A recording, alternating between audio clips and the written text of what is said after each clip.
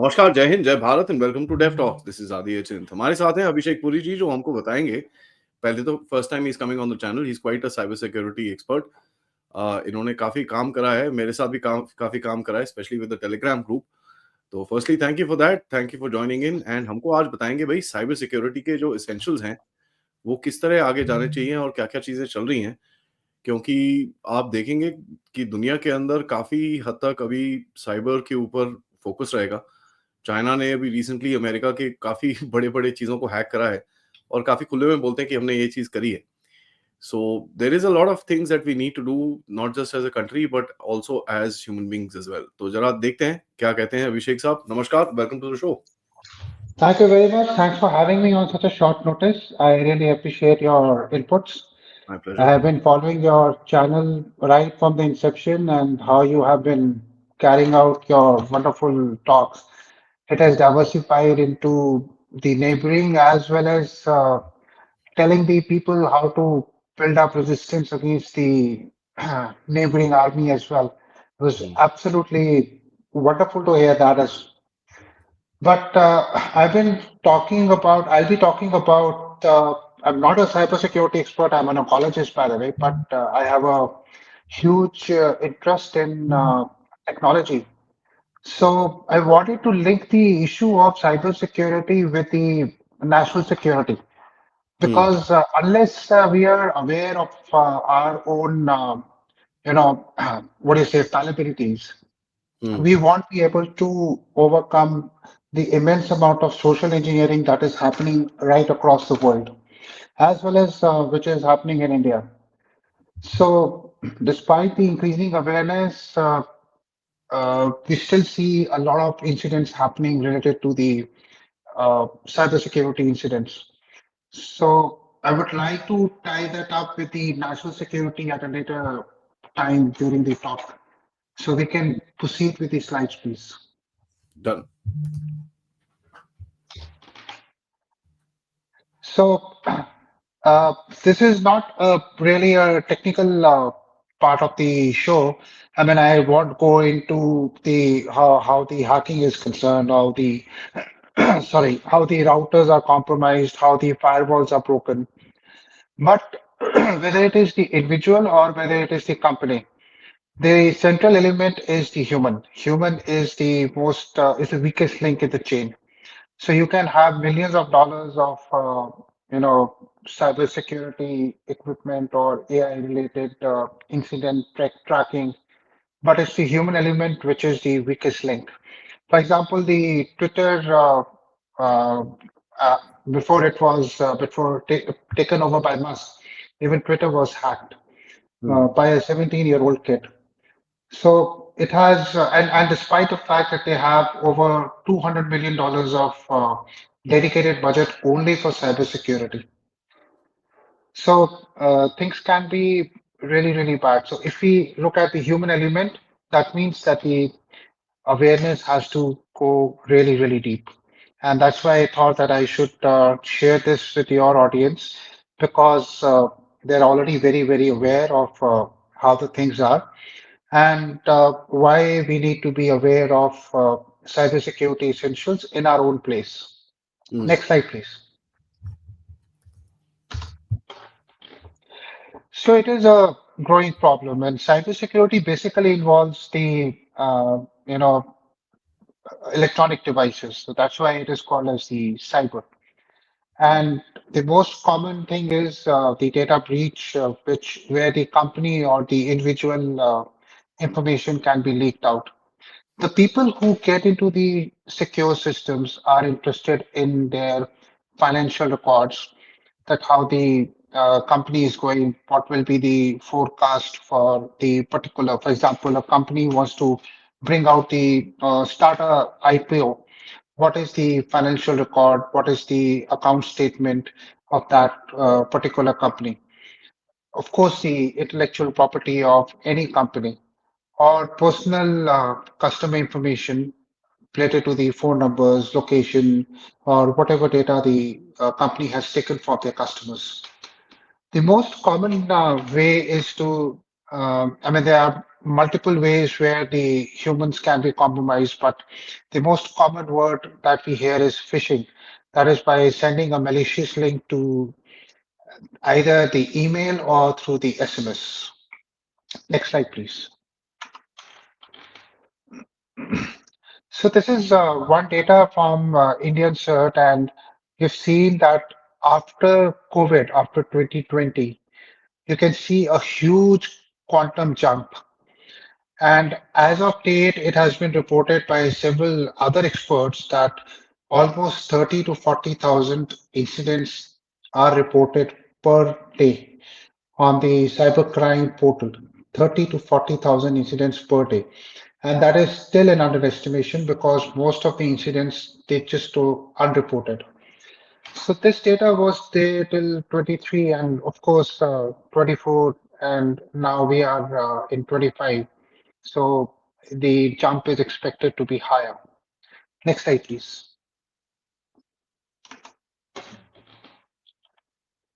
So I would like to focus on the individual rather than the companies over here because ultimately, if everybody is aware, if we are making everybody aware about what all possibilities of the cyber incidents can happen, in whatever way cyber incidents can happen, what kind of frauds can take place, only then the nation will become secure.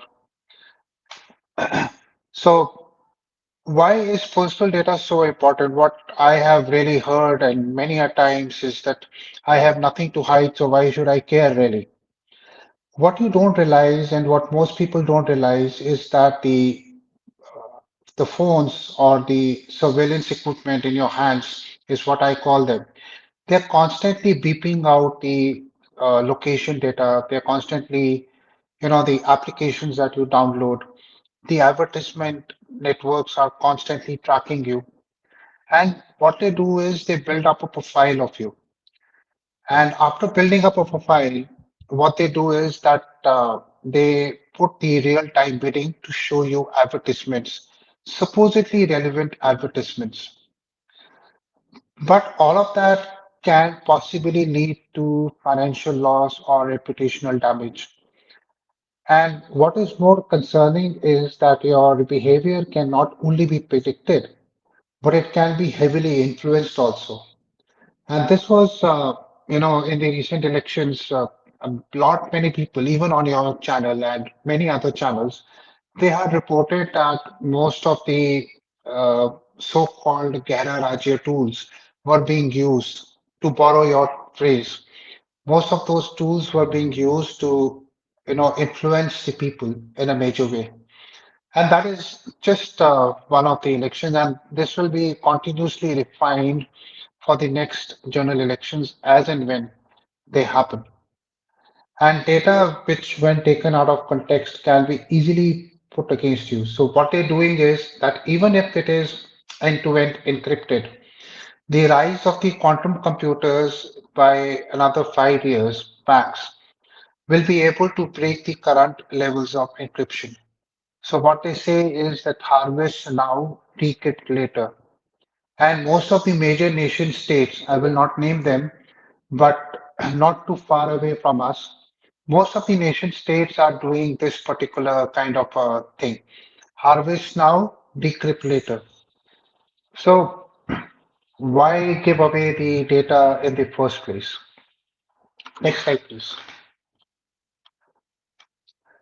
So this is what I always suggest to everybody: think before acting. That is, before you download any application, think why you are downloading, what purpose it will solve. Next slide, please. Now, I would like to go in before I jump into the risk mitigation factors, I would like to really question the idea of you having any kind of, you in the sense that anybody having a social media account. Now, in the next few slides, I have taken papers from the PubMed. I'm a doctor, so I can only rely on the published evidence. I have taken papers from the PubMed, where it is a digital repository of all the medical information which is ever published. So most of the papers have spoken about the harms on children and adults equally, about the impact of the digital media on the adolescent mind.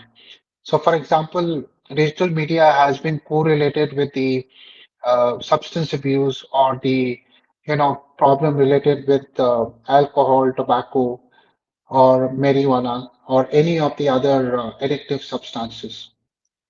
And this can happen across Instagram, across Facebook, or any of the other major social media where now it has been spoken that there is not going to be any fact check. So if the influencers are utilizing the mechanisms to push through harmful products by getting a cut out of the sponsorships, imagine the harm that will be done to your children. Next slide, please. So this one, I have spoken about the social media and specifically the WhatsApp impact on children as well as the adults. So as I have just previously mentioned that they are becoming not only prone for addictions, but they also develop other psychosocial disorders such as being withdrawn away from the parents and their families. So we are the 80s and 90s kids, and evening time used to be family time where we used to speak to our parents, talk to them about anything and everything, the dinner time conversations. And now the family or the dinner time conversations have been replaced by WhatsApp forwards. And all of that, bringing the social media into the conversations impacts the familial relationships. So we will join the dots a little later down the line. Next slide, please. And again, this paper was published regarding what impact of WhatsApp on the work groups. Everybody understands that the work groups can have, WhatsApp groups are formed for work, uh, and it impacts the interpersonal relationships. And you can see the link is down below. You can see that most of the people were, it was a survey for about 200 plus people. More than 94% of the people were part of those WhatsApp groups. And you can see that more than 65% of the people before going to sleep had compulsorily checked their WhatsApp groups. So only it impacts their social and mental well-being, it starts having a negative impact on the health. And anybody can testify that being part of the work groups and WhatsApp leads to increased tension, anxiety, as well as other issues. Next slide, please. So again, two papers which very clearly show that the it's called as a psychopathological process where people start comparing with the other peers, especially in the adolescents, where the peer pressure is extremely high, and that attitude goes on in the adults. And you can see that they have the depression as well as the envy on the Facebook. But on the next paper, where this next screenshot, based on the, and people were asked to leave Facebook for just 1 week, or the social media, any form of social media. And they started reporting huge impact on the mental well-being. Next slide, please. So recommendations after recommendation, and this paper was published in October 24 last year. So it is basically a meta-analysis. A meta-analysis is where is a combination of hundreds of papers related to the same subject and then coming out with a comprehensive, concrete evaluation. So it very clearly says that taking or adopting a digital detox, it helps you to get rid of all the negative emotions or the psychological impact of the social media. So why is it important? Why should I talk about it in the context of national security? I'll just tell a little later. Next slide, please. So this one is straight from the FTC in the US, where it says that the social media is actually a golden goose for the scammers. And the money in the US is being lost to the tune of billions of dollars yearly. And this was just the 23 data. It has probably ballooned even more. We have all heard about the IRS scams and how the US 401k savings have been lost for individuals. Unfortunately, by us, by calls originating from Bharat. And that was, it almost became a huge flashpoint between the US as the Indian governments as well. Next slide, please. So cyber fraud, it says that could amount to almost 0.7% of our GDP. Estimated cost for cyber frauds was reaching into lakhs of crores, almost up to 1.5 lakh crores till last year. That was just the estimate. So now the quantum of the cyber fraud is jumping into the terms of GDP size. And there are two major security implications as anybody can point out, is that one, if we have the cyber frauds, it will, lead a mistrust in the digital ecosystem that has been set up. Many people are starting or beginning to utilize UPI, and if they start losing money, it will start impacting the UPI. The other factor is that most of the money that goes out of the country is used in terror financing as well as the money laundering activities. So the money that is taken in fraud from you immediately goes to money mules who start buying the Amazon or the Flipkart or whatever gift cards, or they buy the cryptocurrency, or they buy the gaming currency called as Roblox, and then immediately shift it out within a few seconds, in fact. So the entire process, they are organized gangs which take part in the cyber fraud activities, and not only it leads to the financial loss, but most of the fraud victims have also been driven to suicide. Next slide, please. So again, this was reported in one of the newspapers. I think it was the Indian Express, which was reporting thousands of crores loss. Next slide, please. So how do the fraudsters they really work? Uh, Most of the breaches they involve the emails as well as they involve the uh, the phone numbers which are taken, and you can easily check your email in the fraud on a website called as Have I Been Pawned? PWNED.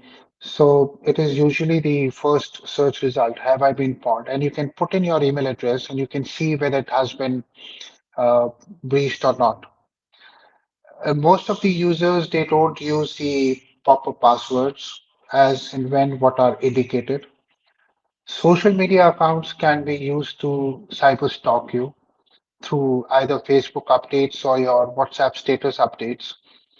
And it is easy to build easy to build the profiles in aggregate through your location sharing. So even if you don't share the location, whatever picture you put up on any of the social media, it has got something called as accept data. The accept data can immediately tell you where exactly and how exactly the picture was shot, what filters were used, and other information. And since most of the users don't use the ad blockers, so it is easier to target users through advertisements as well as pop-ups, either by some call for action or probably saying that you have won some kind of a lucky draw. Next slide, please. So my recommendation is to delete WhatsApp, which I don't have. I don't have Facebook, and I am perfectly fine. I don't have Instagram, and I don't lose out on any information whatsoever regarding to the world. I am sure that by my foregoing discussion, it is apparent that I am pretty much well informed. So you don't need the social media to stay informed or understand where the trends are, what things are happening.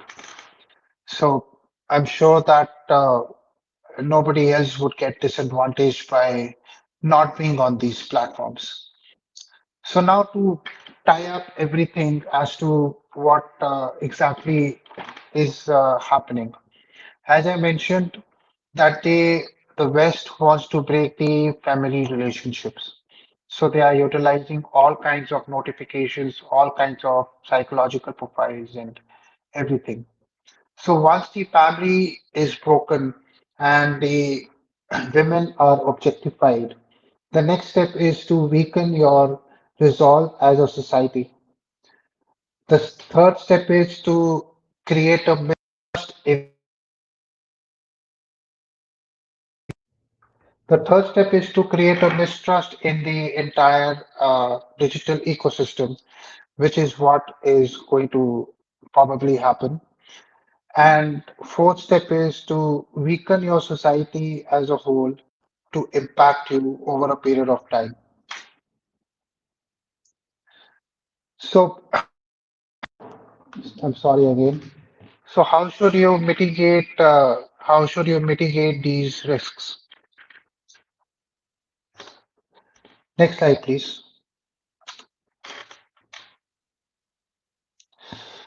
My first suggestion is to use a password manager called as Bitwarden. I am not affiliated with any of these companies, but I'm sharing this know-how from what I use, and I don't get any commission or any affiliate marketing. We are not doing anything related to that, but I'm trying to generate awareness at what all needs to be done. So Bitwarden is one password generator app, and you can see that it can generate very complex passwords, almost up to 128 characters, and that should be good enough. So all you need to do is just remember one password and shift to Bitwarden. It also generates two-factor authentication.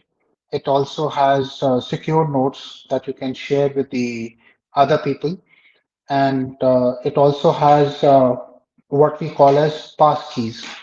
Passkeys are something which are beyond the passwords, which creates some kind of a mechanism that only you or your device can access. Next slide, please.